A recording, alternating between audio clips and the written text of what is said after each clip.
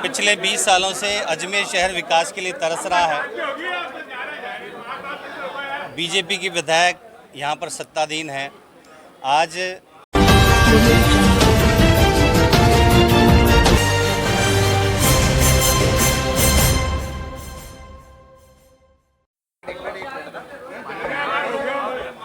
पिछले 20 सालों से अजमेर शहर विकास के लिए तरस रहा है। बीजेपी की विधायक यहाँ पर सत्ताधीन है। आज यूथ कांग्रेस के हमारे अध्यक्ष मोहित मल्होत्रा और उनकी एंटायर टीम जो पिछले 40 दिनों से संघर्ष में लगी है कि आखिर ऐसे कौन से घोटाले हैं कि 7 वंडर्स पहले तो बनता है, उसके बाद टूटता है, फूड कोर्ट बनता है, उसके ठेके भी होते हैं, कमाई करने वाले कमाई करके निकल जाते हैं, उसके बाद उसे तोड़ दिया जाता है। क्या इन्हीं सभी दंश को अजमेर शहर इसी तरह झेलता रहेगा? हमारी लड़ाई सिर्फ इसी बात पर है कि जो जिम्मेदार लोग हैं, क्योंकि पहले सभी विभागों से परमिशन ली जाती है, बनाने से पहले, निर्माण करने से पहले उसके ठेके होते हैं, पूरी लंबी प्रक्रिया होती है। तो इतने समय से इसके लिए क्यों नहीं बोला गया? अगर ये वैध था तो अब तोड़ा क्यों जा रहा है, और अगर अवैध था तो ये बनाया क्यों गया? इन सभी की लड़ाइयाँ यहाँ पर यूथ कांग्रेस लड़ रही है, क्योंकि यह अजमेर के विकास की बात है कि कई 100 करोड़, और मैं तो कहता हूँ कि अजमेर स्मार्ट सिटी के अंतर्गत जितने भी काम अजमेर शहर के अंदर हुए हैं, या तो वो दिख नहीं रहे थे, और अगर दिख भी रहे हैं तो उन्हें तोड़ के अजमेर की जनता के साथ जो है निष्पक्ष कार्रवाई नहीं की जा रही है। इससे बढ़िया तो ये पैसा अगर विभिन्न वार्डों के अंदर अजमेर शहर के विकास के लिए लगाया जाता तो मैं समझता हूँ कि अजमेर स्मार्ट सिटी वाकई में बन जाती। हमारी कलेक्टर साहब से यही मांग है कि इसके अंदर जितने भी लिप्त लोग हैं उनके खिलाफ कार्रवाई हो, और ये जानकारी ली जाए कि इसके पीछे कौन कौन लोग हैं जिनकी वजह से आज अजमेर को ये संकट देखना पड़ रहा है। आज युवा कांग्रेस ने पिछले 10 दिनों से ये संदेश दिया हुआ था कि जिस तरह युवा कांग्रेस पिछले 1.5 महीने से सड़कों पे उतरकर धूप के अंदर युवा कांग्रेस की महिलाएं, युवा कांग्रेस के कार्यकर्ता जिस तरीके से पिछले 10 मार्च से जिस तरीके से सड़कों पे रह के 7 वंडर को लेके, अजमेर के स्मार्ट सिटी के 100 करोड़ को लेके जो लगातार प्रदर्शन कर रहा था, उस पर जो अजमेर प्रशासन था, राजस्थान सरकार के जो मंत्री थे, अजमेर के जो विधायक थे, अजमेर के जो सांसद थे, अजमेर का जो नगर निगम का जो बोर्ड था, वो कोई भी किसी भी तरीके की सुध नहीं ले रहा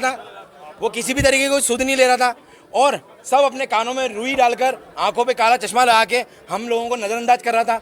युवा कांग्रेस लगातार प्रदर्शन के माध्यम से बोल रहा था कि युवा कांग्रेस की मांग है कोई ना कोई जिला प्रशासन का अधिकारी, अजमेर के विधायक, हमारे अजमेर के विधानसभा अध्यक्ष वासुदेव देवनानी जी, कोई भी मीडिया के माध्यम से आके अजमेर की जनता को ये बात बताए कि जो 100 करोड़ के अंदर जो भ्रष्ट जो लोग हैं, जो दोषी हैं, उनका खुलासा हो और उनकी तनख्वाह से उस 100 करोड़ की पैसों की वसूली की जाए।